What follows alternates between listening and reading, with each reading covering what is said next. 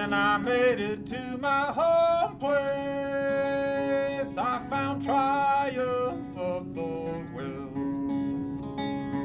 Where once lay a shining city, stood a fortress on a hill. This is Fortress on a Hill with Henry, Danny, Kagan, Giovanni, Shiloh, and Manisha. Welcome, everyone, to Fortress on a Hill, a podcast about U.S. foreign policy, anti-imperialism, skepticism, and the American way of war. I'm Henry. Thank you for being with us today. With me are my co-hosts Giovanni and Kagan. Fellas, how are you doing on this fine Monday evening? Doing well. Excellent. Glad to hear it. And we have a guest with us tonight. We have someone who's been on the podcast a couple times now, Jake Tucker, who is an anti-war U.S. Army veteran from 2001 to 2009, stopped, lost, and deployed to Iraq for 15 months during the surge in 2007 and 8. He's a socialist, an anti-imperialist activist, and organizer with the Party for Socialism and Liberation, as well as the Answer Coalition and the Cuba and Venezuela Solidarity Committee. Jake was also a hotel worker, a union organizer, and shop steward with Unite Here, Local 23 in San Antonio, Texas, from 2013 to Jake is going to take us through some recent news with all of the different strikes going on with UAW and et cetera. Jake, welcome back to Fortress on a Hill. Hey, thanks for having me back on, y'all. Of course. I don't remember how long since last time we did headlines, but we all got some different flavors of things that we wanted to talk about, stuff in the news that we want to get more coverage on too, or more specific ideas about it. I am going to take a few minutes and talk about what's happening down at GITMO and talk about the report from the Special Rapporteur, the UN Special Rapporteur on Human Rights and Counterterrorism, and their report about the prison and torture facility. Kagan is going to take us through some recent news about the conflict in Nagorno-Karabakh, and Jake and Giovanni going to talk some union stuff, talk about the UAW strike, and some other major strikes that are going on right now or may end up going on very soon. Off first, the difficult and horrific conditions down in Guantanamo Bay, Cuba. There's been some significant developments happening with the prison and torture site there. In June, the United Nations Special Rapporteur on Human Rights and Counterterrorism visited the prison and torture site, which is the first time the U.S. has allowed any such inspection to take place. All of the detainees were interviewed about their treatment and experiences there, as well as their medical care or lack thereof. They also interviewed victims and family members from the September 11th attacks as well. I do have to say, before I keep going on more of discussing this, that I really find the fact that the U.S. government, and by extension the UN, can't mention torture and destruction and lives destroyed at GITMO without holding up the victims of September 11th as a counterweight. I feel that to be really arbitrary and bigoted just on its face. Both those groups of people deserve justice from the horrors that were placed on them. And while an answer for justice for both groups certainly isn't mutually exclusive, we know that the U.S. must push its America good, victims good or worthy, and other victims are not. And we'll talk about that and the worthiness of victims a little bit more towards the end of my comments here. Okay. So, as I mentioned, this is the first time that the UN Special Rapporteur for Human Rights and Counterterrorism has done this kind of examination, been able to go and actually speak to the prisoners and see the overall facilities. That, of course, they have to, the report started with them, the whole concept of the rapporteur being allowed to visit at all. In the rapporteur's words, quote, the U.S. government has a standing invitation to all thematic special procedure mechanisms, understood that this visit would put its detention practices, repatriation and resettlement efforts, and treatment of victims and family members of the 9/11 terrorist attacks under close scrutiny, and it is a sign of commitment to international law that the visit occurred, was highly cooperative, constructive, and engaged at all levels of government, and is being reported on. And of course, the special rapporteur had to spend a significant amount of time letting the U.S. government and its managerial swill still feel good about something that should have happened the moment the GITMO opened. If we're looking at them trying to find actual justice, that these kind of reports, these kind of detention inspections, these kind of interviews should have been happening the very moment it opened. And the shamefulness of that is something that we can't overstate. So the next topic, medical care. Medical care is severely lacking, especially considering the medical and psychological effects of torture.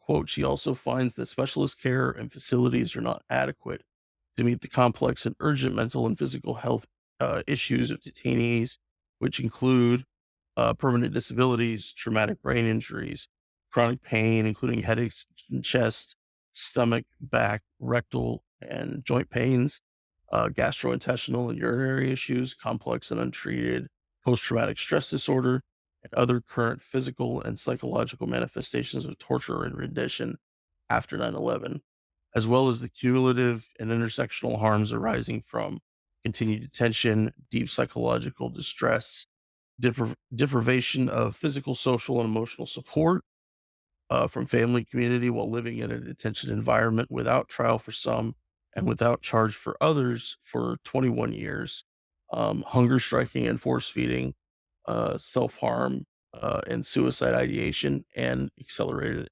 aging. Now they did take a moment to mention that at this point, with the security measures that GITMO is currently using, is that the detainees are allowed to live somewhat communally. They're allowed to make meals together, and they are able to provide a measure of support to one another. It's something I'm very thankful to hear, that these human beings are able to provide support to one another. It doesn't change the fact that even though the U.S. is saying that it provides specialized, significant care to these folks, nothing could be further from the truth. The U.S. insists that, quote, detainees receive specialized medical and psychiatric care. Well, yes, there are some detainees who receive care that can be characterized as specialized, but that says nothing about the mountain of evidence that medical care at Guantanamo is deficient in a myriad of ways, including by lacking any kind of torture rehabilitation. And that comes from a long list of independent medical experts, former GITMO commanders, UN special procedures, the detainees' own medical records, journalists, federal courts, and in an exceedingly rare recent public statement, the International Committee of the Red Cross. You might remember that earlier this year, the Biden administration came out and said that detainees who were requesting torture rehabilitation as a minimum guarantee for some kind of plea deal that would include them pleading guilty in exchange for certain conditions, like removing the possibility of the death penalty. While Biden was willing to take the death penalty away, they emphatically said no to any kind of torture rehabilitation for these men. Torture caused by the government that still has them imprisoned. You have detainees' communication with the outside world. Detainees' counsel and military personnel identified several ongoing obstacles to meaningful communication, including the lack of confidentiality of family calls that are not in real time, poor or often last-minute communication with regard to call cancellations and delays, and limited frequency of calls at odds with the actual number of remaining detainees. Issues concerning the vetting process for family members to be added to their call list, as well as potential limitations placed on extended family participation in calls. Now, keep in mind, of course, that in the background, everything I'm describing here is still the ongoing horrendous military tribunal process, a process that's been condemned and maligned by a huge host of senior and foreign, current and former officials for its lack of transparency and lack of due process. in mind, none of these people have been charged with anything either. They have any trial. There's no, due process. One of the things that was, that was very Bush administration is that they were designated was an unlawful enemy combatant, right? They weren't designated terrorists, or they weren't designated because that would imply a more of a judicial type of procedure, right? It would imply more going to court and everything like that. But at the same time, where when if they were combatants, if they were like in exact war combatant, right? Then that means the Geneva Convention would apply. Under the Geneva Convention, once the conflict is over, you're supposed to turn back in your captives, your Ws, right? But by giving uh, this new phrase, or this new, ambivalent term of illegal enemy combatant, right? So they're neither quote unquote terrorists, right? They wouldn't require to go through some judicial process, that they weren't POWs in accordance to the new convention either. So they were kind of in limbo. So they've been in limbo ever since.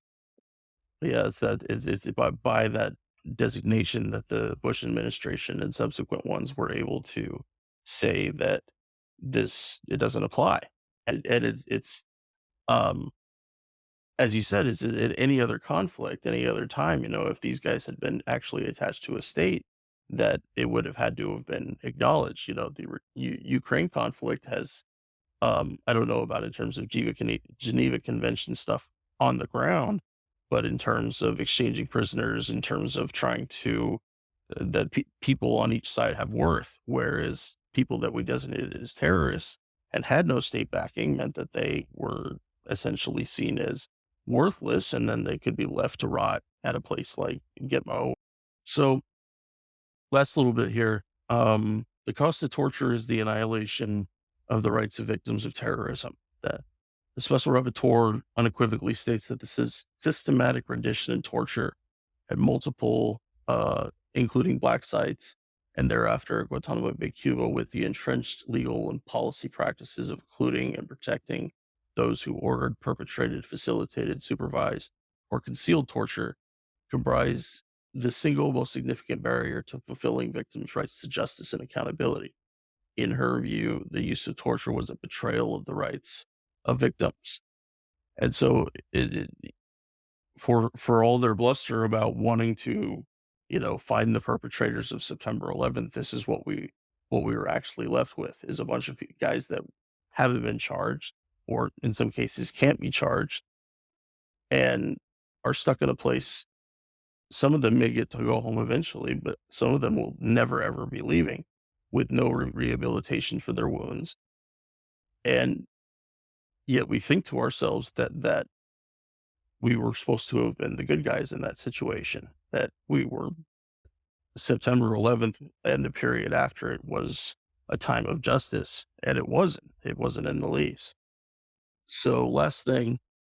Also to add, keep in mind that these men are being held on a territory that, a foreign territory, whose host country doesn't want them there. They said it over and over again. They don't want them there, the whole country. So they're being housed in a foreign land whose foreign government demand that they leave.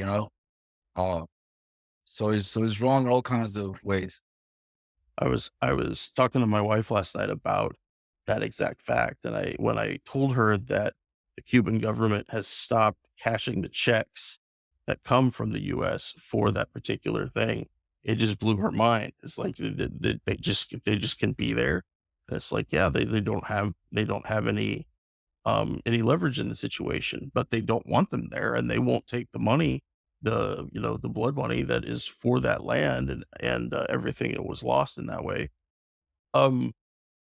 So in terms of victims, in terms of the victims of 9/11 and victims of terrorism versus these victims, these guys who are stuck as detainees, is that there are so many similarities between the two groups of people. And I think it would be better if we could talk about some of those. That the idea of instantaneous loss, that, victims of 9/11 killed, with detainees suddenly disappear, guys grabbed off the street, and family doesn't know where they went. In some cases, I want to say that people didn't know that a relative of theirs was at Gitmo for like 15 years, something like that, and they found out that they were alive in there. A gendered fault lines of loss, that most 9/11 victims were men. Only men and boys were sent to Guantanamo. Of course, compare this to the huge number of widows and orphans in places like Iraq and Afghanistan. Um, Widespread intergenerational trauma and the absence of adequate support systems. In the case of detainees' families, no such systems at all. There are lots of things that the United States has done for the victims of September 11th, but nothing in any way has been done to protect those detainees that again, haven't been found guilty of anything, haven't been charged with anything, and yet they're still there. Um, and Helplessness, that 9/11 victim family members have been asking for justice for 2 decades, so far to no avail. Um, with respect to the release of detainees of loved ones, they are basically powerless in nearly every respect to be able to get their family away from that place. Um, and then, at the peak, it wasn't all at the same time, but 780 people have been at Guantanamo Bay. Only 30 of those remain. Of those 30, 16 of them are already cleared to be released, but haven't yet been. And who knows when they will be. Yeah. Also, one of the things that Obama's when he was campaigning for president, right? He was talking about due process and charges of folks in the town. But once he became president, they didn't have it and go anywhere. He was pressed on it, just backpedal on it, and just people just forgot about it, and just kept on going. There was another case, also an interesting case. I was in Saudi when this happened, where an Al Jazeera reporter was also captured. He was reporting on the ground, so he was reporting, talking to people on the ground. He was talking to militants, etc. Anyway, he was captured. He was sent to Guantanamo as well. His name is Sami Al Haj. He was an Al Jazeera reporter. I recall during that time that Al Jazeera was doing a huge campaign to get him released. And I think after 7 years, he got released, sent back home to his family. Was in charge of anything.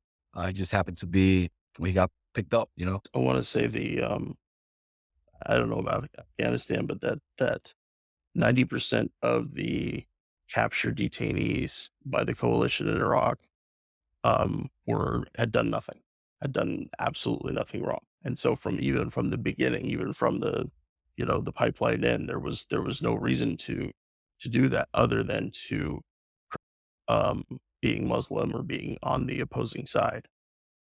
Yeah, I mean, I'll chime in here. I was actually when I deployed, I was actually an interrogator. I was an interrogator in Iraq at the kind of rebranded version of Abu Ghraib, and it's called the JITIC, the Joint Interrogation Detention Center, I think. And so it was basically a prison. It was kind of a short-term holding prison where it was kind of a middle stop from basically the FOBs over to Bulka, which was a much larger prison. So ours was basically a facility that would hold anywhere from 1,200, 1,500 detainees at a time. And basically just kind of holding them there to see if there's intelligence information to be quote unquote exploited, right? And so, I think there's a really interesting kind of way we use certain words, right? I mean, because words are fluid, and so just the idea of terror, which I think I want to get into in a little bit later with regard to Cuba. Again, I mean, it's interesting how all these things are kind of interconnected in kind of strange, but also not so strange ways. But terrorism, and then also in this case, I just want to mention torture. And so, I remember after the Abu Ghraib scandal, in which the photos came out of stacking new prisoners and stuff like that at the Abu Ghraib facility, and discussions about waterboarding and all this. And so what happened was we started talking about waterboarding. Is waterboarding torture? So it's like we're doing this thing. It's called waterboarding, and by all accounts, it's a horrific process. So the talking heads in government and on the news and stuff would say, okay, so is like we don't want to be a country that tortures. So is this torture? And so what it does is it starts to define the parameters of what becomes torture and what doesn't. And so more benign things, like I never took part in anything with regard to like what I was doing in Iraq, like waterboarding or anything like that, stuff that like was despicable to me, but it kind of softened my stance like about other things that I now consider torture that I didn't consider torture when I was actually doing it. But I mean, stuff like withholding phone calls to family members and stuff. Remember, like you just said, Chris, so like it's so true that so many of these people like did absolutely nothing. Like keep in mind that a lot of what people were there for were basically merely working jobs for the different militant groups and whatever. You know, our invasion had destroyed the economy and basically set up an economy where you were either working for coalition forces on the one hand, or you were working with militias on the other, right? Like these are the people that have control over swaths of territory. So you're working with one or the other. So if you're not on the coalition forces, you're subject to imprisonment at any time. And then plus we were going out and paying people to basically rat our neighbors and stuff. So a whole bunch of false reports and all this. And I saw all of them and all that, right? So these are the people in the facilities. And yet here I am basically, they get just plucked out of their homes. And after a certain amount of time, they're sitting in front of me. And the one thing that they want in the world is to basically be able to be in contact with their family or a friend or something. They can basically say, yeah, your family's doing fine. Everyone's okay. Hope you're doing all right in there and stuff like that. But here I am basically wielding this power of a simple phone call, just a confirmation that that things at home are all right or not. I'm able to withhold those sorts of things until they give me what I want, which at one point, if they don't have anything, they just start fishing. They'll tell me anything that they think I want to hear. They'll just start saying it. Right. And those are kind of more benign, as we like to think of it. They're more mental rather than physical forms of torture. But that was something I really had to come to terms with like years after I came back from Iraq. Like it was really when like, and I don't exactly know why, but it was when the Vanessa Guillen stuff was happening nearby here at Fort Hood. That really it kind of brought back a bunch of feelings of like the dehumanizing aspects of what I was doing as an interrogator. And I really had to take a hard look at the things I thought I was kind of okay with having done while I was in Iraq. But in the end, I've kind of recalibrated and said, no, in fact, I really did, in fact, torture people while I was, even though it never would have been legally defined as such. But, you can't convince me that I wasn't causing these detainees immense amounts of pain. Yeah, mental anguish. Yeah, I admit that I've had a period of time for myself of that kind of same introspection. What does constitute, really hurting someone? And we know that, like these days, you can't look at someone who's a torture victim and be able to see the depth of pain that they may have had to deal with. If somebody loses an arm or a leg and an IED blast or something, that their injury is very out front. But there are a great many of the kinds of torture that the U.S. government used are, they're the more I wasn't going to say dubious, but the more duplicitous, the ones that they can say that they can somehow talk away. We could talk away that we're not letting somebody call home and let their family know that they're still fucking alive, and to understand that what's happening with their family, because if they got plucked up by Uncle Sam in one way or another, what's happening to their relatives now? Brothers, uncles, grandfathers, and of course the all of the women that are left at home to deal with those kind of things and deal with the trauma of that separation. So it's absolutely horrific, and I thank you for mentioning that, Jake. Actually, it always reminds me we need to. I'd like to interview you about your time as an interrogator and what what's really the meat and the potatoes of that. But sometime later. Did you guys have any other things you wanted to mention about this topic? Just one final thing I'd like to mention. That on a relatively recent episode, I think they're now with Empire Files, but Mike Preisner did a investigative report on basically Ron DeSantis's uh I don't know, like basically work, we'll say, basically torture work, in Guantanamo, and he interviews former detainee Mansour Daifi. I think that was the name, Mansour Daifi, and basically how, you know, DeSantis went in as I think something like to ensure that human rights are being followed, but what he instead really did was he weaponized that exact position. He was like kind of like a regulatory person, but what he really did was he was able to kind of uncover what were in fact the most effective and painful practices at Guantanamo. Especially, I remember just it gets mentioned a lot, like the forced feeding and such, to break hunger strikes on at the facility. And so anyway, so instead of ensuring that human rights were being followed at Guantanamo, he made sure that the most I don't know, the most horrible like treatments were basically carried through more frequently and ramped up to basically achieve, I guess, what were DeSantis's and the military's goals at the prison.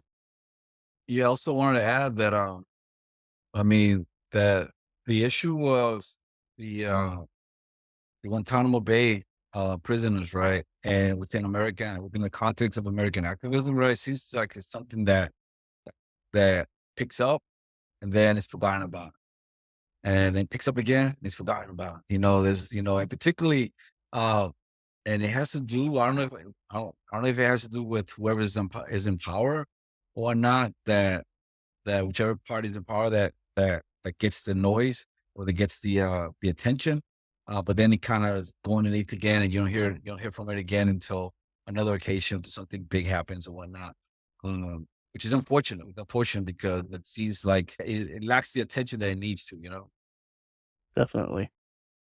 So, I think we'll move on to Nagorno-Karabakh. Kagan, we had jump in here, man. Okay. So quick history lesson for everyone. Nagorno-Karabakh is a ethnic enclave of Armenians inside Azerbaijan, and the Armenian government officially recognizes the place as the Republic of Artsakh. There's been 3 conflicts already over this area, and Azerbaijan has positioned troops like all around the border of Armenia as well as all around Nagorno-Karabakh. And in 2020, they had a war which Armenia won. And then in 2022, they had a little skirmish as well. And then just last week, they ended up invading Azerbaijan, invaded Nagorno-Karabakh and destroyed a bunch of military positions of Armenians. So it's already been a lot of Armenians are fleeing the area because they're also what the Azerbaijani military did was cut off this corridor called the Lashin corridor that was in between Armenia and Nagorno-Karabakh. And it was how they were getting most of their trade and their fuel and everything. And the Azerbaijani military cut that off a couple of months ago. And so now there's like severe shortages of fuel and water and food. And so people are just fleeing the area, which is what the Azerbaijanis want. unfortunately, because they want to take that area back and they don't recognize it as its own separate place. So there's a lot going on, and it's a frustrating situation. Right now, Russia was supposed to help Armenia because they're part of this collective security agreement, but Russia is too busy with Ukraine, so they didn't help at all. Although they do have some peacekeeping troops there, the commander of the peacekeeping troops actually got killed in a skirmish with the Azerbaijani military, where his car was just driving through a checkpoint, basically, and they shot it with a bunch of Armenian or native people as well. So it's been a interesting and frustrating situation over the last week, and lots of stuff is still developing, but that's where we are today as far as everything that's happening. Do you guys have any ideas or thoughts? What has been the U.S. response to these recent events? Uh, they are condemning the attacks, but they're not saying anything specifically about which country they feel is to blame. So it's been an interesting position. Interesting enough that there were actually military exercises in Romania recently, American military exercises. And the geopolitical context to this is that Azerbaijan is being supported by Turkey and Israel. And like Kagan said that Russia is like the mediator, like the protector of Armenia, because they belong to that collective Central Asian, economic committee that they belong to. So there, like I said, um, there are Russian soldiers there. So yeah, so that's a geopolitical context to it as well. And then Iran supports the Armenian because to counter the Israeli support of the Azerbaijan. Interesting enough, right? And then Iranians, and there's the Armenians. I don't want to go to the religious aspect to it because they usually here in the United States is very simplified, very weaponized, and everything like that. But Iran is Sunni, Shia Islam, but Armenia is Orthodox Christian, whereas Azerbaijan is mostly Islamic, right? Yet they get the support and weapons and everything from Israel and Turkey. So so you see all these geopolitical context going on here, spilling here at the same time, but it just goes beyond the actual region. Yeah, and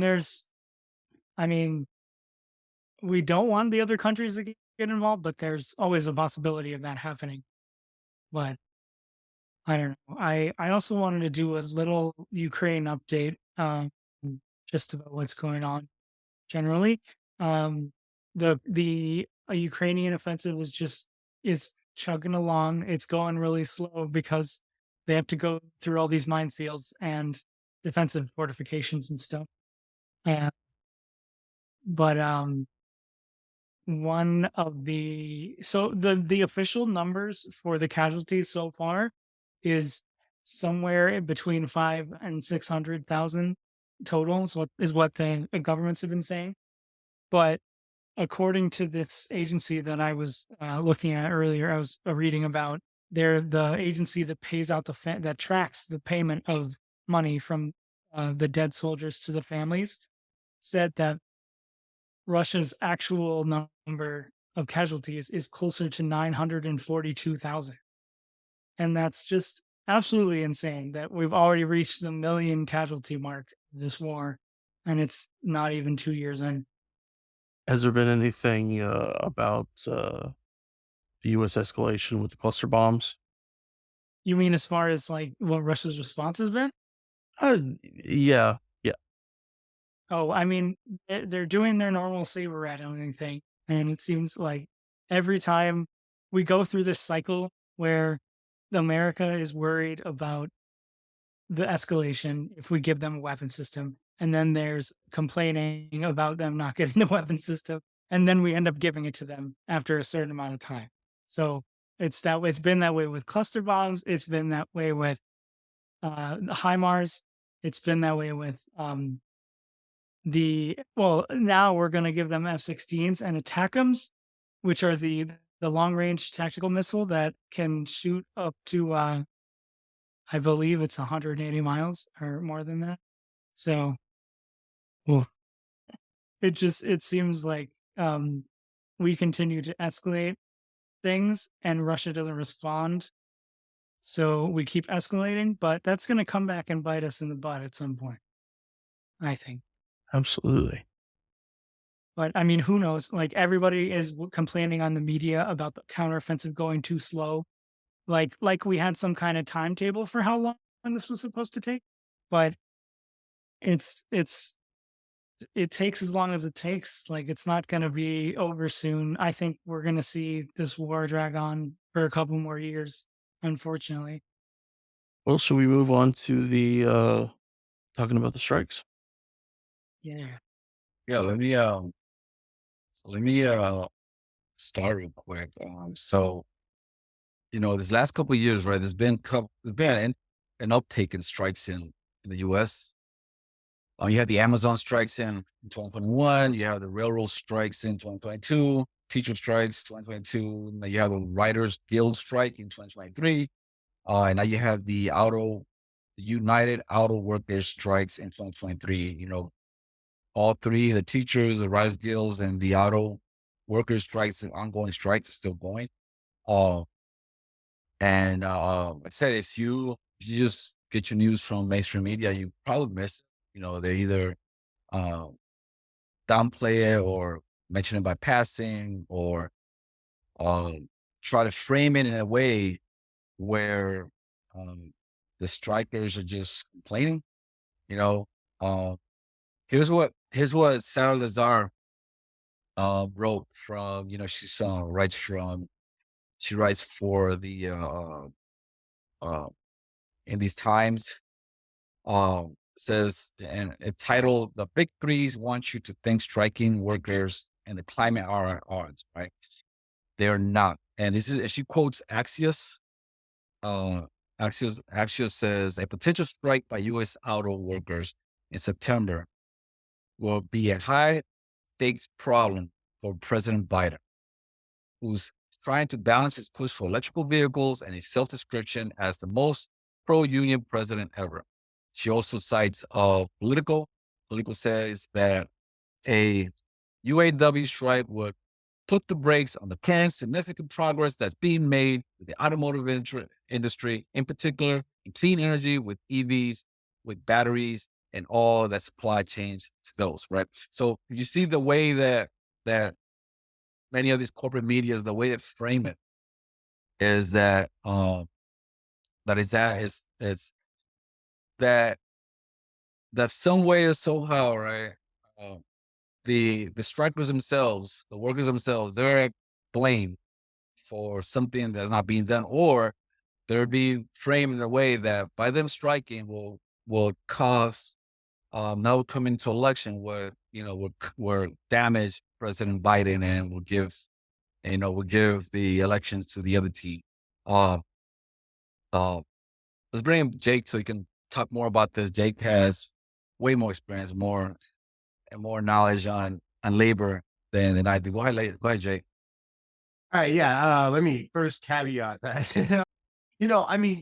I do follow labor, and I've been in the labor movement. I was a worker and organizer with Unite Here, as was mentioned, at a hotel here in San Antonio. Helped form our union and stuff like that. But to be quite honest, like my specific knowledge is much more related to that union, that industry, and so on. But there's a decent amount, there's a decent amount of things that are relatively universal. The fight for unions is basically a fight for wages, for benefits, for respect on the job, for safety, and all that. And also in many cases, a fight to have some level of decision making power in our day-to-day life, in the sense of what we prioritize over what we don't as a collective union in our negotiating and all of that. So yeah, that's where my like expertise, I guess, would sit. It would be in the San Antonio hotel where I was organizer at. But yeah, it's the companies are always going to blame the workers for asking for more, basically. This goes back, to the beginning of capitalism, right? Like in capitalism, the correct wage is the one that replaces, it's basically where the worker is able to reproduce their labor for the capitalist the next day.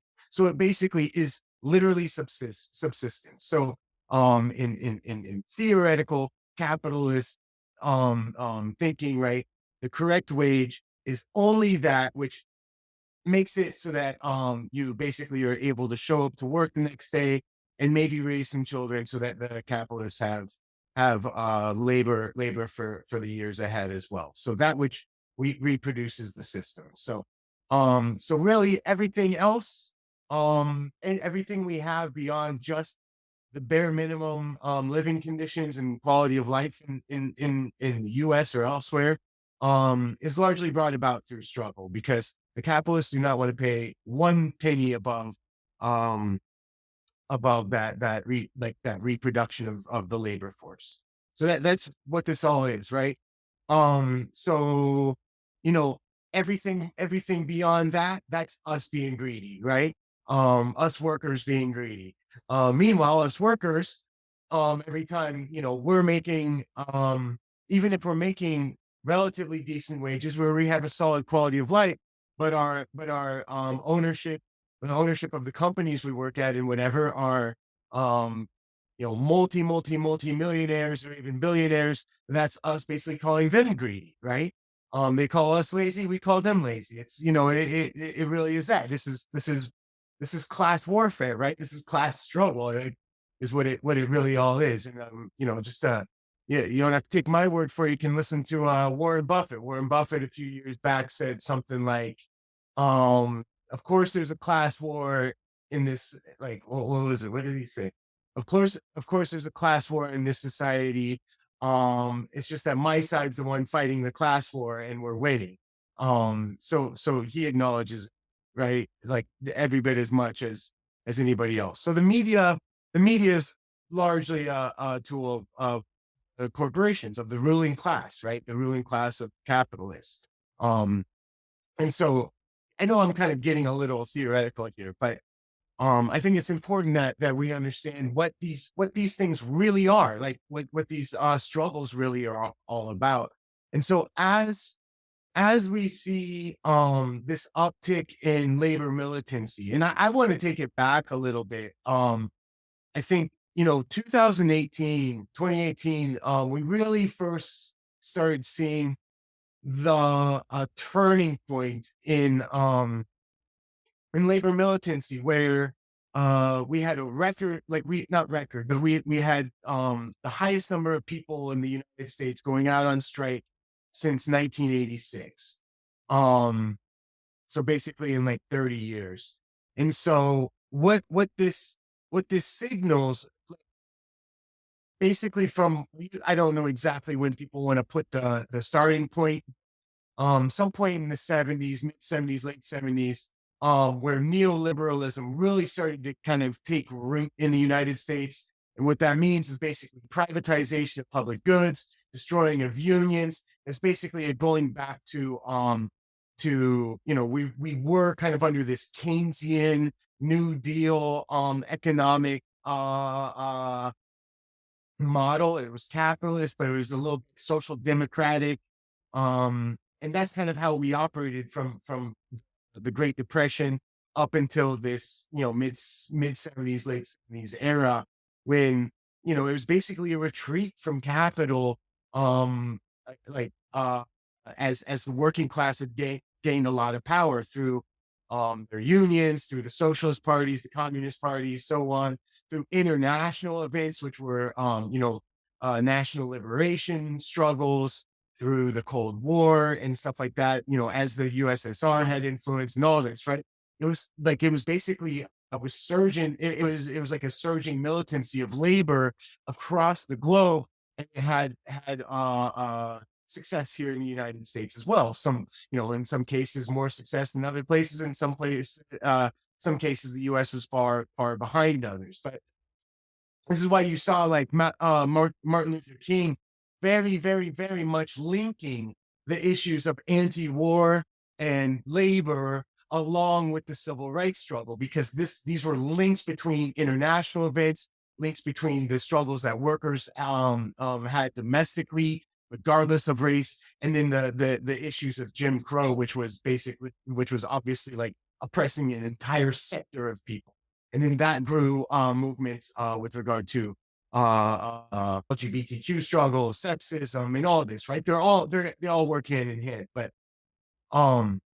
so anyways, in the 70s, and especially with Reagan in the US and Thatcher in the UK, you see the introduction of neoliberalism in the US. It was actually first tried out on September 11th, 1973 in Chile with the Pinochet dictatorship, where they came in a coup against the socialist Salvador Allende. And so that was kind of the guinea pig. Chile, with the fascist dictator Pinochet, was the neoliberal kind of guinea pig for neoliberalism. So anyway, so that starts to set in the U.S. in the late 70s and especially into the 80s. And what that does is it's to destroy unions, to offshore factories, basically to just cut the living conditions of the working class across the US, across the UK, and really across the globe. So yeah, and just add to what you're saying, that there were two defining moments for unions here in the United States and the UK, right? In the United States, you had the strikes of the air traffic control strikes, which Reagan crushed. Yes. And in the UK, you had the coal miners strike, which Thatcher crushed. Yeah. And out of those two, pretty much those were like the last stand of the unions. After that, unions started falling down after that. Exactly. Famously said that there is no other alternative to the model, to the kind of model that they're imposing. You're 100% right. I would actually say that even a bigger kind of turning point. That is like the strike where the government intervened against the workers, that really basically illustrated where they stood. But also Paul Volcker's recession. Paul Volcker was Fed chair, and basically decided to just start raising interest rates to combat inflation. This sounds familiar, this is literally what we're kind of doing now. But he basically was wanting to induce a recession in order to crush labor. And so he would literally have, like, he carried around an index card produced by his assistants or whatever that would have like construction job numbers on them, as I understand it. And he wanted to see those numbers falling, so that like he knows that if construction jobs are falling, then that means that the economy is slowing, and that means that workers across the U.S. are going to be basically being laid off and so on. It's one of the first things we saw in the 2008 recession as well. Was the first thing to go were basically construction jobs, like basically the investment into construction had ceased. So Volcker's raising of interest rates was absolutely a labor killing move, as is the raising of interest rates now. It is a move to basically depress wages, and what that means is basically impact workers and crush workers, and crush the organization of workers, because they're not going to impose price controls or anything like that, which they absolutely could do, but that's anti-capitalist. anyways, so yeah, induced a recession, and the recessions from depression of labor and so on. We don't call it a recession. The capitalist media, your normal media isn't going to call it a recession unless it's affecting Wall Street. But there's a farm crisis in Nebraska when I was growing up that was just killing farmers, and by extension my dad. My dad had a small lumber yard. He was a small business owner of a lumber yard, and he basically his lumber yard was crushed. And this was happening across the Midwest in the 80s, right? So anyways, my point with this is that this has been a basically 40-50 year assault on labor in the United States. So 2018, we start to see labor union membership had declined over this time tremendously. And what we really saw is that the worker share of profits. So basically the share of profits that employees see versus the board of directors, the shareholders, the CEOs, the C-suite class, whatever you want to call it.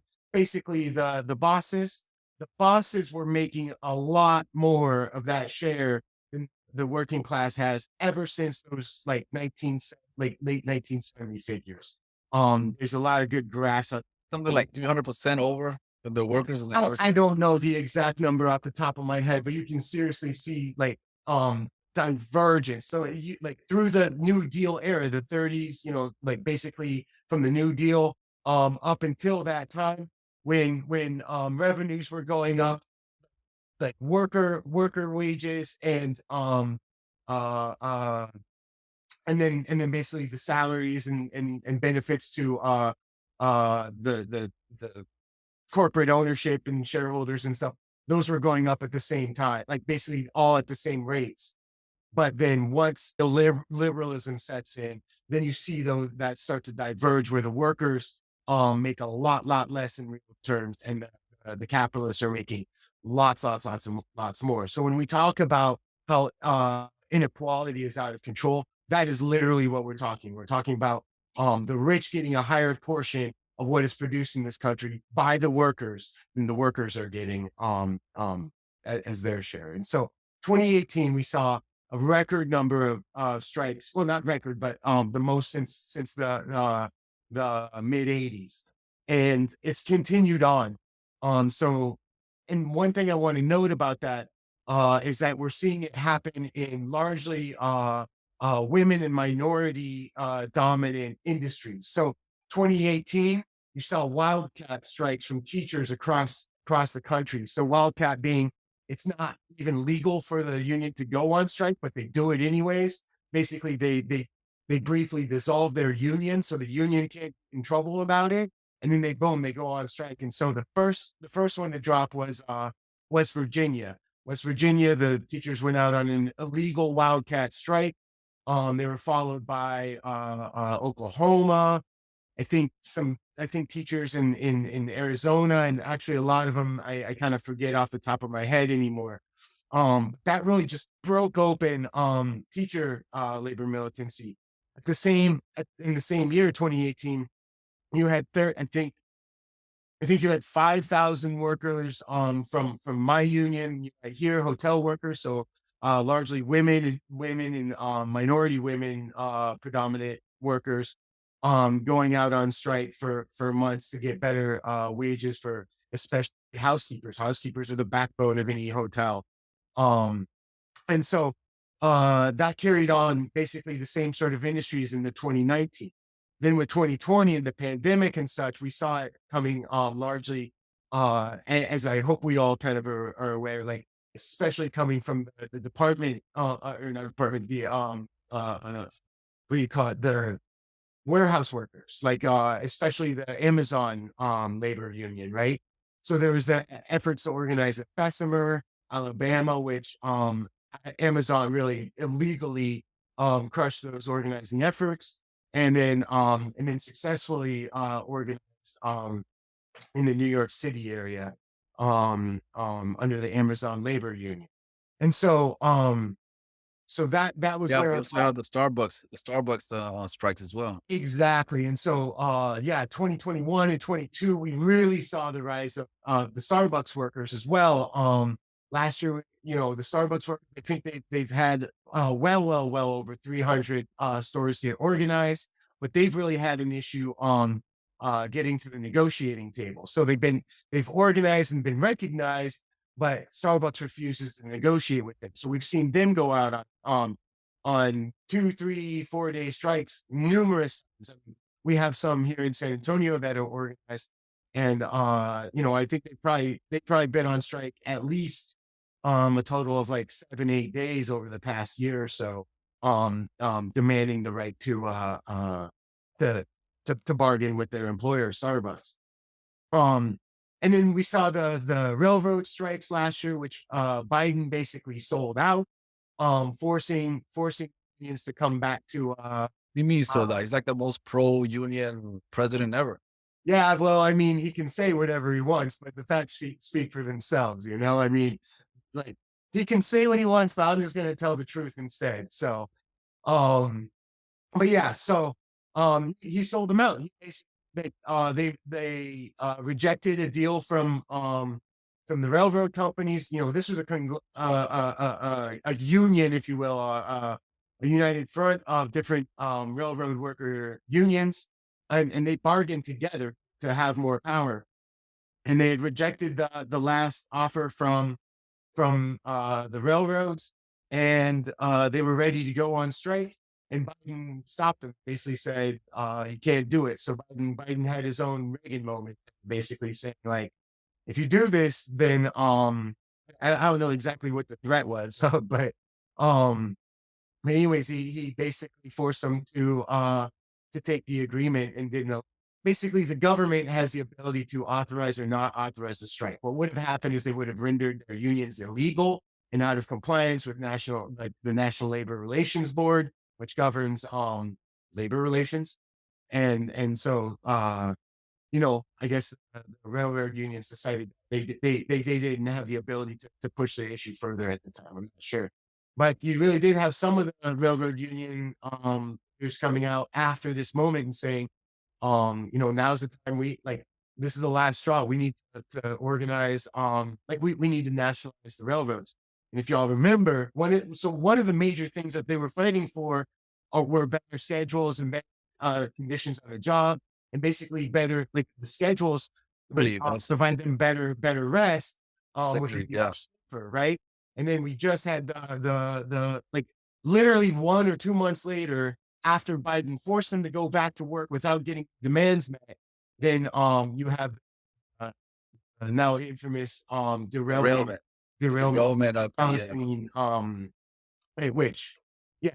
And so we see the consequences of workers not being able to fight for the rights that they deserve and that our communities deserve as well, right? So, I don't know to what degree people in East Palestine are organized into unions, but they definitely saw the effects of what happens when you don't allow other workers, or you don't stand in solidarity, or we don't have our workers protected, with the benefits that we need to survive, and so on and so forth. So all of these struggles, are kind of against this backdrop, and it goes back even further, of course, right? It's a backdrop that goes back to basically the rise of capitalism and the Industrial Revolution, of course.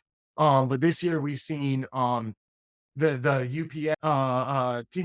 UPS Teamsters who are threatening to go on the biggest strike in history, and basically I think it was going to be 340,000 workers, if I'm not mistaken, but definitely over 300,000 workers. And honestly, their organization was it was intimidating, and it was incredible. It was a sight to see. They were doing these practice pickets where they say just practicing for a just contract, right? And you would have tens of thousands of workers going out on these practice pickets, and I mean, to these eyes, basically they saw the strength and unity of the UPS Teamsters, to really fulfill their commitment to strike to get everything they deserve in their contracts. And UPS basically at the last minute just had to blink. They were just like there was also a huge amount of unity building within the community outside of the Teamsters as well. I know us in the PSL here, we were ready to support in any way, heard from a number of DSA people and just organizations and unions across the country were ready to support the Teamsters in this historic fight. And UPS just blinked and just couldn't. They didn't want that. They didn't want that heat, right? So now it brings us to the UAW, and this one's interesting because it's 100,000, well over 100,000 workers that are ready to strike, but they're not striking at the same time at all times, doing what's called stand-up strikes.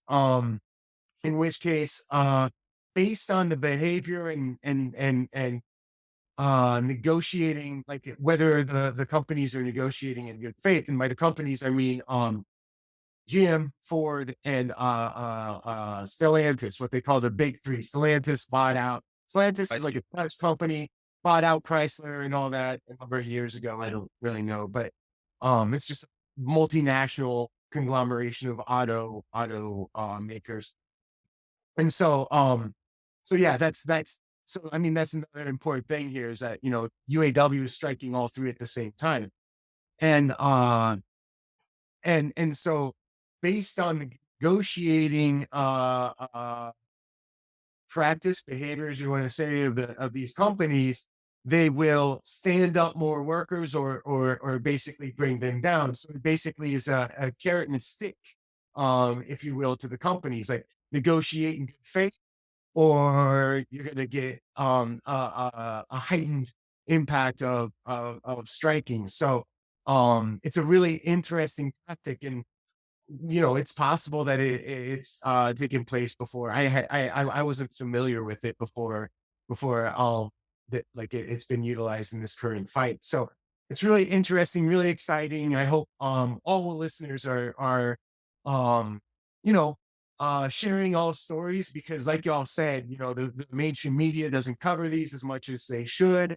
And when they do cover them, they usually cover them with a negative bend, like like U.S. workers are guilty or not guilty, greedy. I never see them call Bill Gates or Elon Musk or anyone like that greedy. But yet here we are. If I make $25 an hour, if I make $30 an hour, I'm greedy and I should take the minimum wage in Texas, which is like whatever it is, like seven and a quarter or something like that, because anything that doesn't that's above my replacing my labors is me being greedy, while the billionaires that run these companies and run this country and run our wars, as Elon Musk as Elon Musk said, like, we coup who we want, right? So these are the guys that put us into war. They rub shoulders with the defense contractors and all this. The automakers are defense contractors as well. Like, all these companies are the same, and they're basically our collective enemies, and we gotta stand with the workers who are taking them on. So I don't know to what degree I kind of covered what you were hoping I would cover there, Giovanni, but I'm happy to answer any questions I'm competent to. I certainly talked for a long time, so there's that. What was your opinion of the final agreement that the UPS Teamsters got? I didn't read it in depth, so I don't want to go completely out of my depth here. But when it comes down to it, my kind of rule of thumb is that if the union negotiation team proved it, and then it was voted on and ratified by the workers, then I support it. If it's supported by the workers, then I support it. Because, let me just talk about that real quick. I was on the negotiating committee of my union through two contracts. And the contracts that we got were not perfect. There is no such thing. Like, in my humble opinion, for us to have the society and the working conditions and whatever that we need a socialist revolution. We need to change the structure of this country. But through the union is where we can fight, we can recognize our labor power, and that we can struggle for a better living conditions, so that we can carry that struggle into other arenas as well, like anti-war struggle as well.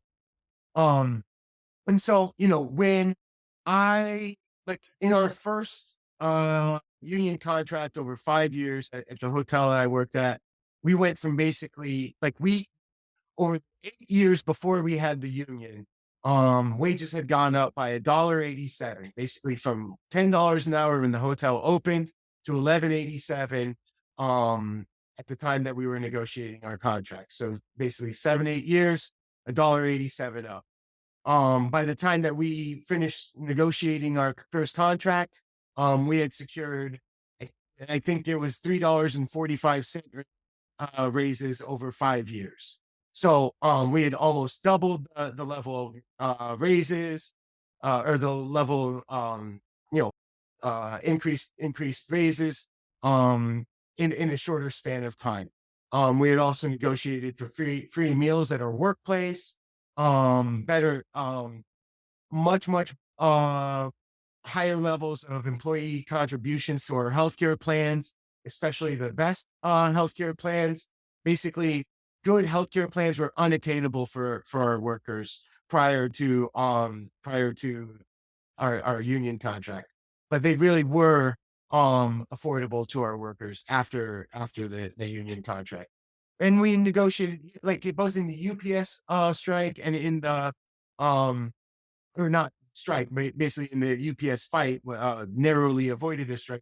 And then now in the UAW strike, there's another thing that they're fighting for against, like, two-tiered systems, right? Where you basically have one tier, which are old head workers that have high wages, but then every new hire basically gets brought in at a lower wage, lower compensation, lower benefits, all that sort of stuff.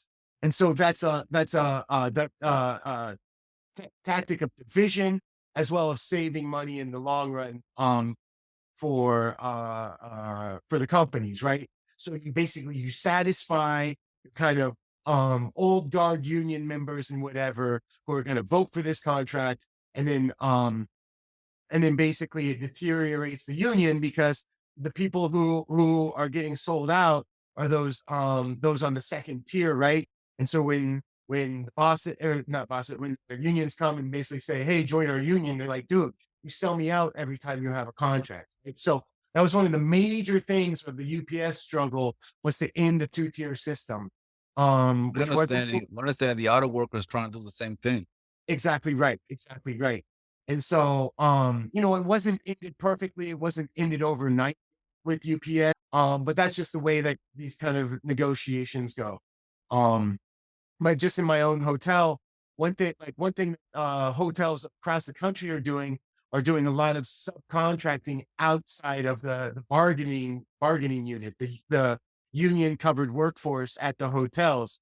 And so basically, instead of hiring new, like, people, which would then have the same rights and benefits covered by the union, like the union contract. They want to, like, subcontract workers that are outside of the union contract. So it's another form of two-tiered system. Well, in our first negotiated contract, we basically negotiated the phasing out of subcontracted workers. So basically putting a stop to that two-tiered system.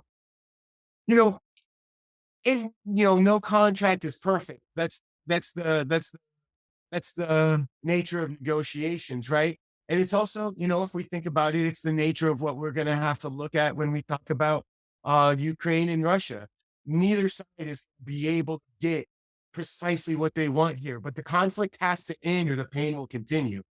So, I just kind of throw that in there, because these same principles apply all over us. We cannot be in a constant I win, you lose position at all times. We do have to be able to negotiate. We do have to be able to give some ground. But as a union, you get the contract that you're organized to get. You get the contract you built the strength to be able to get. And I feel like we got that contract in San Antonio, and then we got right back to work, continuing to organize other places for better contracts, and then also for more strength in our own hotel to get a better contract for the next contract, right?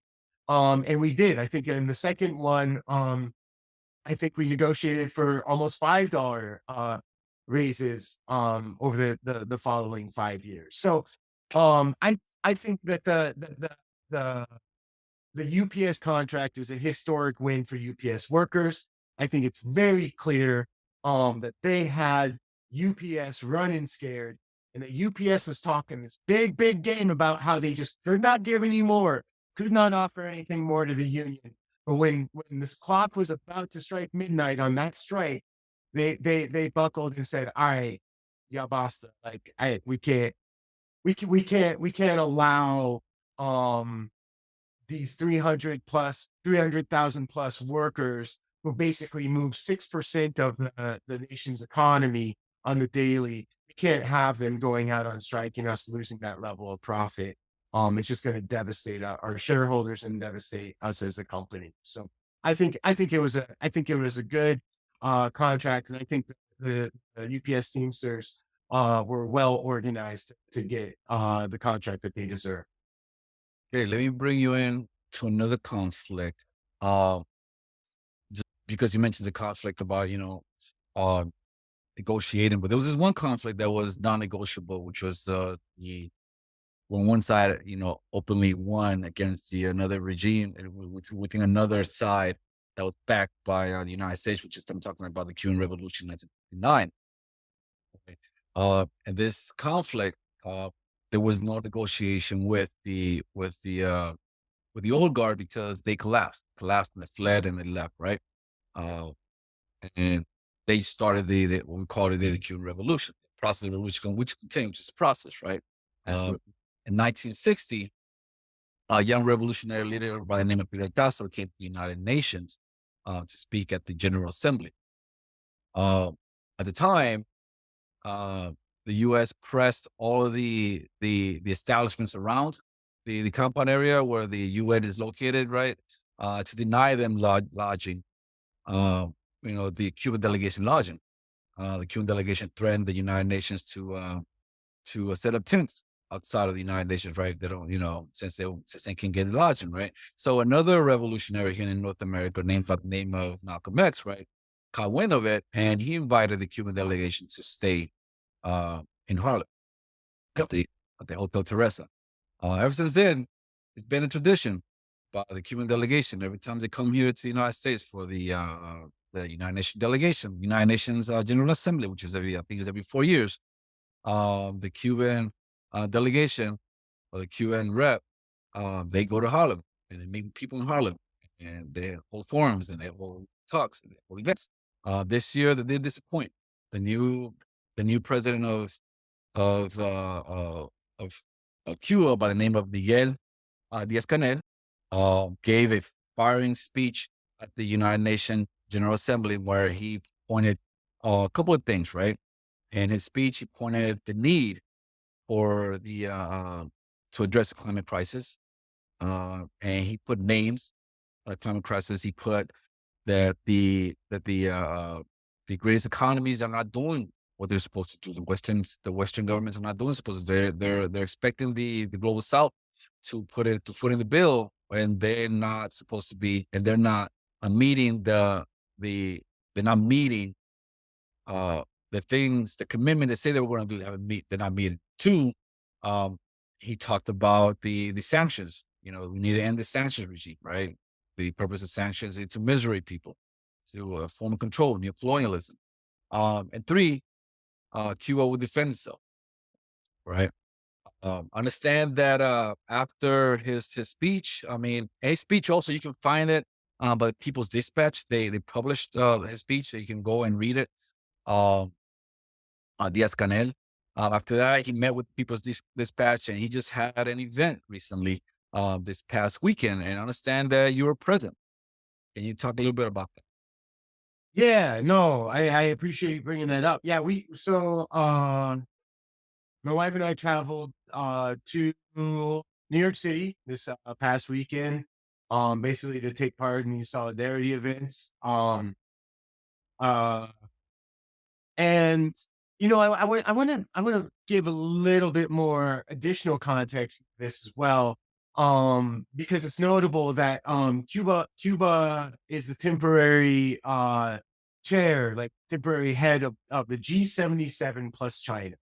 This is basically the UN representation of what's been called the non-aligned movement, basically seeking sovereignty, self-determination for the global South for well over 60 years now. And so the G77 plus Cuba is basically that body as represented at the UN as well. And so just before the UN General Assembly happened this past week, the G77 plus China was invited to take part in the BRICS summit that happened in South Africa, and then held their own summit in Havana, Cuba. Basically, I think 2 weeks ago. It was basically the week prior to the UN General Assembly, the weekend prior. So I think it was like last weekend. And so I wanted to mention all of this because, and I know I've been on this show before talking about multipolarity and kind of geopolitical changes in the world, but this is all set against this exact same backdrop in which the hegemonic position of the US and their so-called rules-based order, right? Where the US makes the rules and orders everybody else around. That is it is absolutely starting to pull apart at the seams a little bit. And the US and Europe and whatever kind of left scrambling to try to maintain the imperialist hegemonic position that they've held for at least since the end of certainly since the end of the Cold War, with the collapse of the Soviet Union, when basically the United States was the singular world power. So this is starting to fall apart, right? And so it's a moment where the global South, the third world, as it's also referred to at times, and so on. But Phrase now called the global majority now is being used. Yeah. Global majority. I like that phrase. It's so good because it really does represent 80% of the world's population, right? So, when the US likes to act like it's the beacon of democracy with its rules-based order, right? They basically they don't have democracy in anything, right? Like when it really comes down to it, there is no democratic function that says, yes, the world has agreed to this rules-based order. No, that's the US has imposed it with sanctions, has imposed it with invasions, with setting up over 800 military bases across the world, with setting up the dollar hegemony, right? Basically the oil-based dollar, the petrodollar. So, the US imposes its quote unquote rules-based order, and the global majority, and I'm going to continue to use that, has basically stood up and basically said, we don't want the world to look like that anymore. And as you said, Diaz-Canel, both as the president of Cuba, but then also the current president of the G77 plus Cuba, like he's basically standing up and saying, like, we don't want a singular economic order. We don't want the US, we don't want you to basically impose what our society should look like, what our economies, our governments, and whatever. Like, you have no right to order us around. We are sovereign. We have the right to self determination. And so so yeah, so it's been a big few weeks for Cuba and for the global majority writ large. And you know, Zelensky again comes up begging for money, but really, I think that the world was captured by this announcement on the world stage of the G77 plus China, basically saying like we have an idea for the world that basically moves us past U.S. hegemonic imperialism, that moves us past the threat of nuclear war, and really that moves us in the direction of basically the collective efforts necessary to combat climate change and stuff. And so yeah, a lot of the stuff that we were doing while we were in New York, an incredible presentation by some representatives from Cuba. You can find the video on People's Forum YouTube channel. But basically so Venezuela has set up an interactive toolkit, whatever you want to call it, an interactive map, graphs, and all this sort of stuff about sanctions, about the impact of sanctions across the globe. And so they gave a presentation at the People's Forum, which, like I said, was filmed and you can watch on their YouTube channel. That basically shows where the sanctions come from. It's the U.S., Europe, and basically who it impacts. It's the people of countries that basically don't refuse to bow to the will of the United States. And it was a really incredible presentation. And Venezuela has really done the world a service by setting up this map. It's a really great resource. And sanctions are a form of economic warfare. It's part of what has been deemed hybrid warfare. Oh, yeah. Yeah, according to, not to mention Venezuela, according to the UN Rapporteur, he did a study, I forget his name now, back in 2018, where he studied from 2017 to 2018 because of the maximum pressure coercion measurement that Trump imposed on Venezuela, right? Venezuela lost about 40,000 people in excess death because of the denying of medicine, denying of food, denying of equipment, and so forth, right? That's 40,000 people died, except death in 1 year because of the maximum pressure that Trump was imposing on Venezuela. Yeah, that's an excellent point. Yeah, thank you for bringing that up. And I mean, this is just Venezuela saying it. It is the UN, right? A UN Special Rapporteur. And yeah, so yeah, we attended that presentation on sanctions. And then we also took part in a really great just kind of street action where we called for the end of the blockade against Cuba, the 60 years long blockade. Again, just warfare by another strategy, an economic a strategy to basically starve the people out and make them turn against the revolutionary government. Been unsuccessful for 60 years, and it's not going to be successful because the Cuban people have fought for the government that they have. Like they're not victims of the Castro regime or the Cuban regime or whatever people want to call it. No, they have fought for this government and they continue to fight for it, and they make this government. They've written the people have written and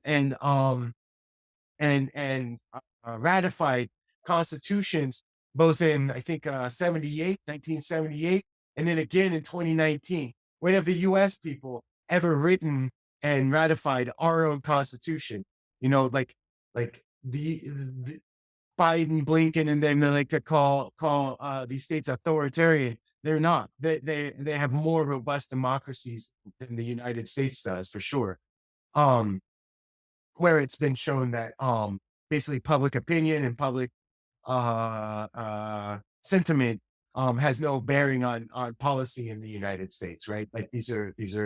But you mentioned so before the United Nations Assembly, you mentioned the G77 plus China, which was hosted in Cuba, I believe a week or two before the National General Assembly. Precisely, yeah. Before that, before the G77 plus China summit, there was the BRICS summit in South Africa, which Cuba is also which inducted was 11 more countries into the BRICS. BRICS meaning an economic bloc, and now becoming a political bloc of Brazil, Russia, India, China, and South Africa. Now they just added 11 more members into the BRICS, right? Which I believe was Six Saudi more, right? Arabia, UAE, Egypt. Was it 6, right? Argentina. Yeah. Argentina. They added 6 more. Yeah, 6 more. Yeah, they added 6 more. I 6 more. I'm sorry.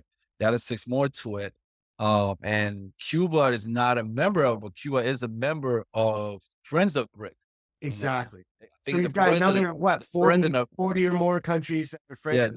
Yeah, as a president of the Friends of BRICS organization, and they're having their next summit in St. Petersburg, I believe, where they're talking about expanding even more. Absolutely. Uh, Yeah. uh, And so, yeah, we attended the street action to call for an end to the blockade, and especially to remove Cuba off of the state sponsors of terrorism list. It's an absurd thing that they're on this list. As we were talking about earlier, right?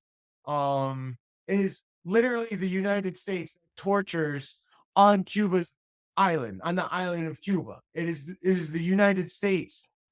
The human rights abuses in Cuba, they happen at Guantanamo Bay. They don't happen in the part of the country controlled by the Cuban government. The human rights abuses on the Cuban island happen at Guantanamo Bay, and it's the U.S. In fact, just last night, there was a terrorist attack on the U.S. or the Cuban embassy in Washington D.C.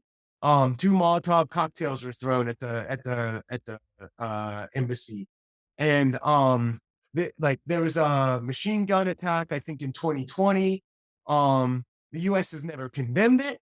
The U.S. never really seriously investigated it or anything like that. So the U.S. has a history of sponsoring counter-revolutionary terrorists from the Miami area and the South Florida region, which have carried out numerous terrorist attacks, both in the United States, attacks on hotels and such, and like false flagging it as if it's from Cuban actors from Cuba, and then also bombings of ships, bombings of airplanes, and so on. So July 11 attempt, the color revolution attempt. They tried to they tried to piggyback off of the George Floyd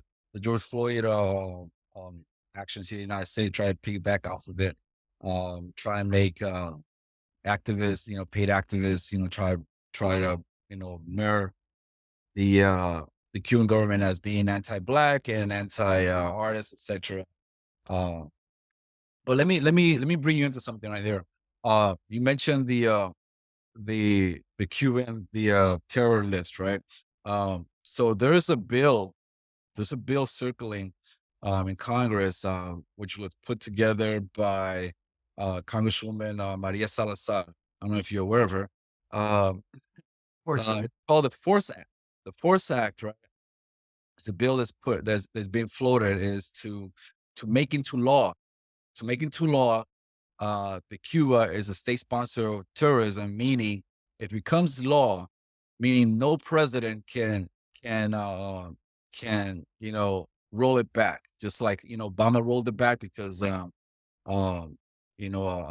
Bush gave it. I think it was Bush or Reagan giving the label of state sponsored tourism. Obama doing the thawing of relation, right?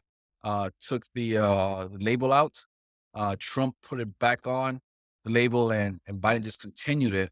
So this Force Act is supposed to ensure that no president has authority on repealing the State Terrorism Act, right? The state sponsored terrorism label on Cuba, and that will take a vote of Congress if it's able to be repealed.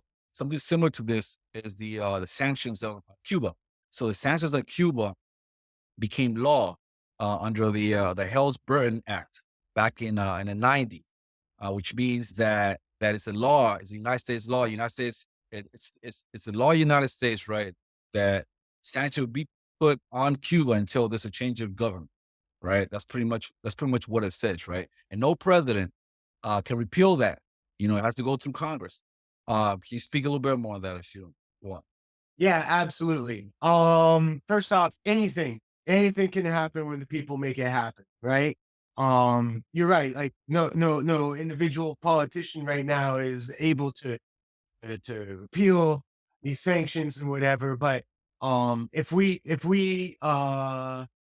unite our movements and whatever and collectively demand with one voice to let Cuba live, as we like to say, then yeah, we can absolutely make it happen where the blockade is ended and definitely where Cuba is off the state sponsors of terror list. I do want to encourage people to go to live.info.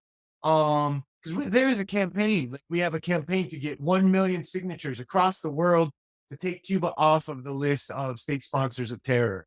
Like I said, it's an absurd policy. It's one of the last acts of Trump. People we absolutely need to end this policy before it gets ratified into law. Biden could have done it immediately upon assuming office. Biden could do it right now.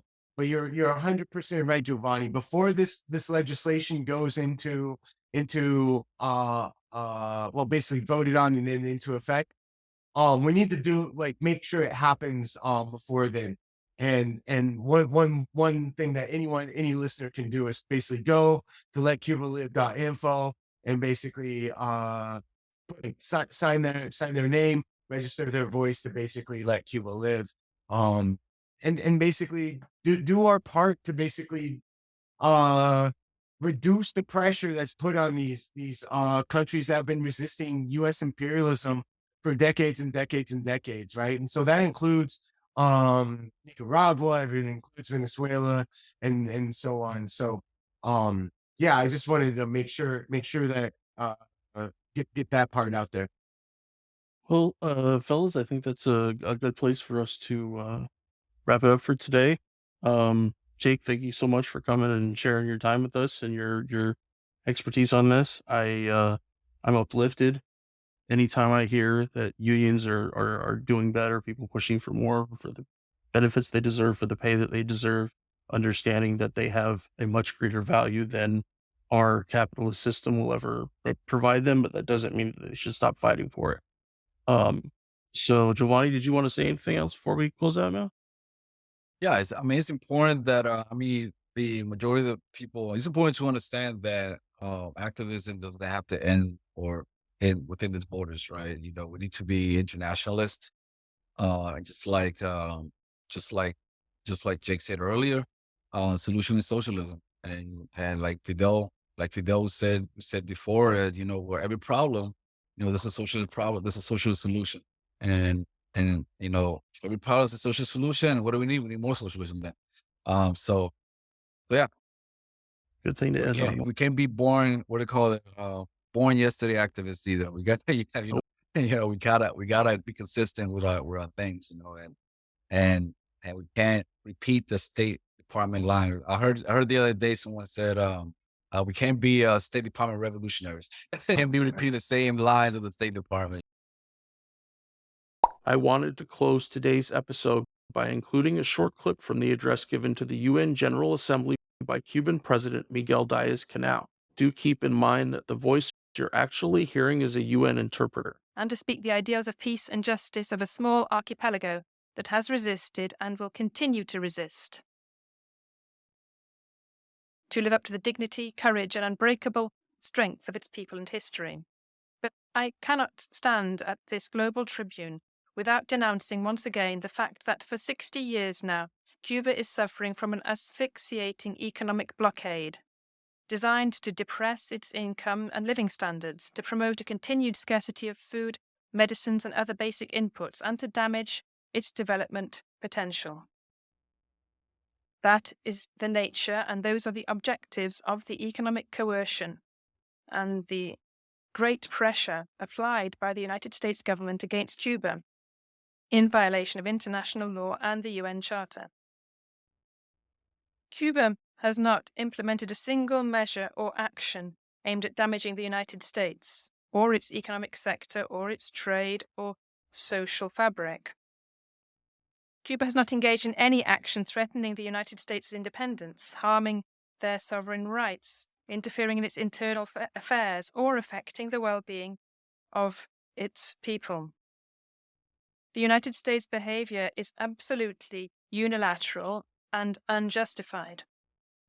The Cuban people is resisting and overcoming isolation day after day creatively against this merciless economic warfare, which since 2019, in the midst of the COVID pandemic, was opportunistically escalated to an extreme, cruel, and inhumane dimension. The effects are brutal. The United States government is pressuring entities for them not to provide the oxygen of medicine, which are needed in Cuba to face the pandemic.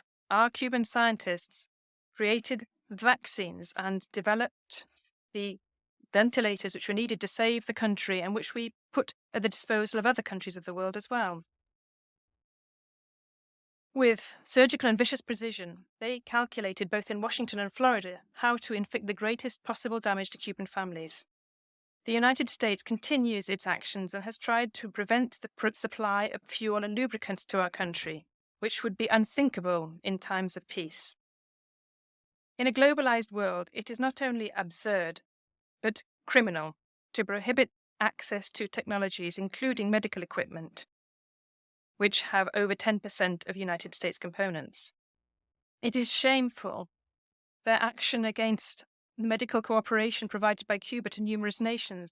It even goes so far as to openly threaten sovereign governments for requesting this contribution and meeting the needs for public health amongst their populations. The United States is depriving its citizens of the right to travel to Cuba, defying its own constitution.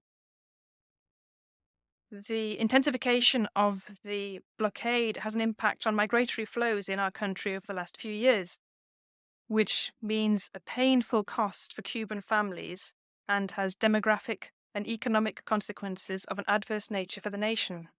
The government of the United States lies and causes great harm to international efforts to combat terrorism when it accuses Cuba, in an utterly baseless way, of being a sponsor of this scourge.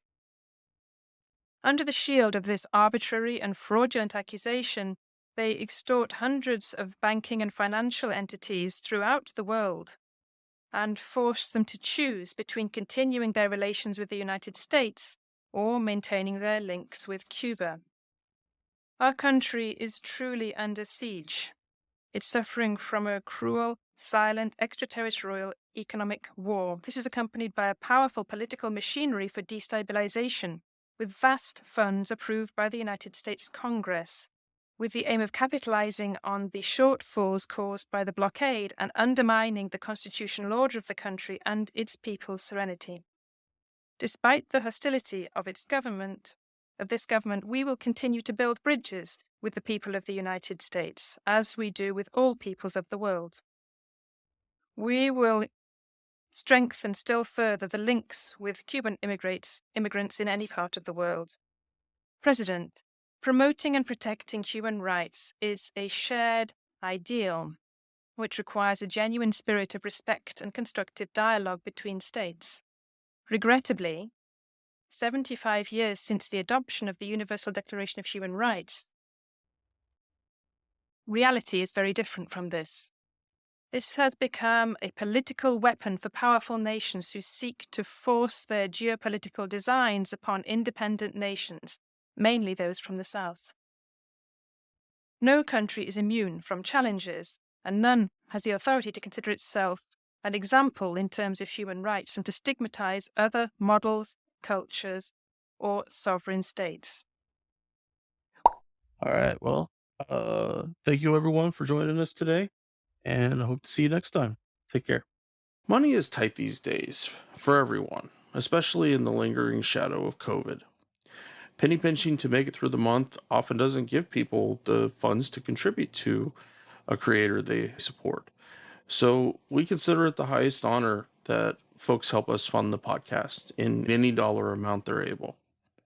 Patreons is the main place to do that, and for supporters who can donate $10 a month or more, they will be listed right here as an honorary producer, like these fine folks. Fahim's Everyone Dream, James O'Barr, Eric Phillips, Paul Appel, Julie Dupree, Thomas Benson, Janet Hansen, Ren Jacob, Scott Spalding, Spooky Tooth, Helgeberg, and Howard Reynolds. However, if Patreon isn't your style, you can contribute directly through PayPal at paypal.me/Fortress on a Hill. Or please check out our store on Spreadshirt for some great Fortress merch. We're on Twitter and Facebook.com/Fortress on a Hill. You can find our full collection of episodes, www.fortressonahill.com. Skepticism is one's best armor. Never forget it. We'll see you next time. Come on, you good people. Listen to my song. I hope you'll pay attention. I will not take you long.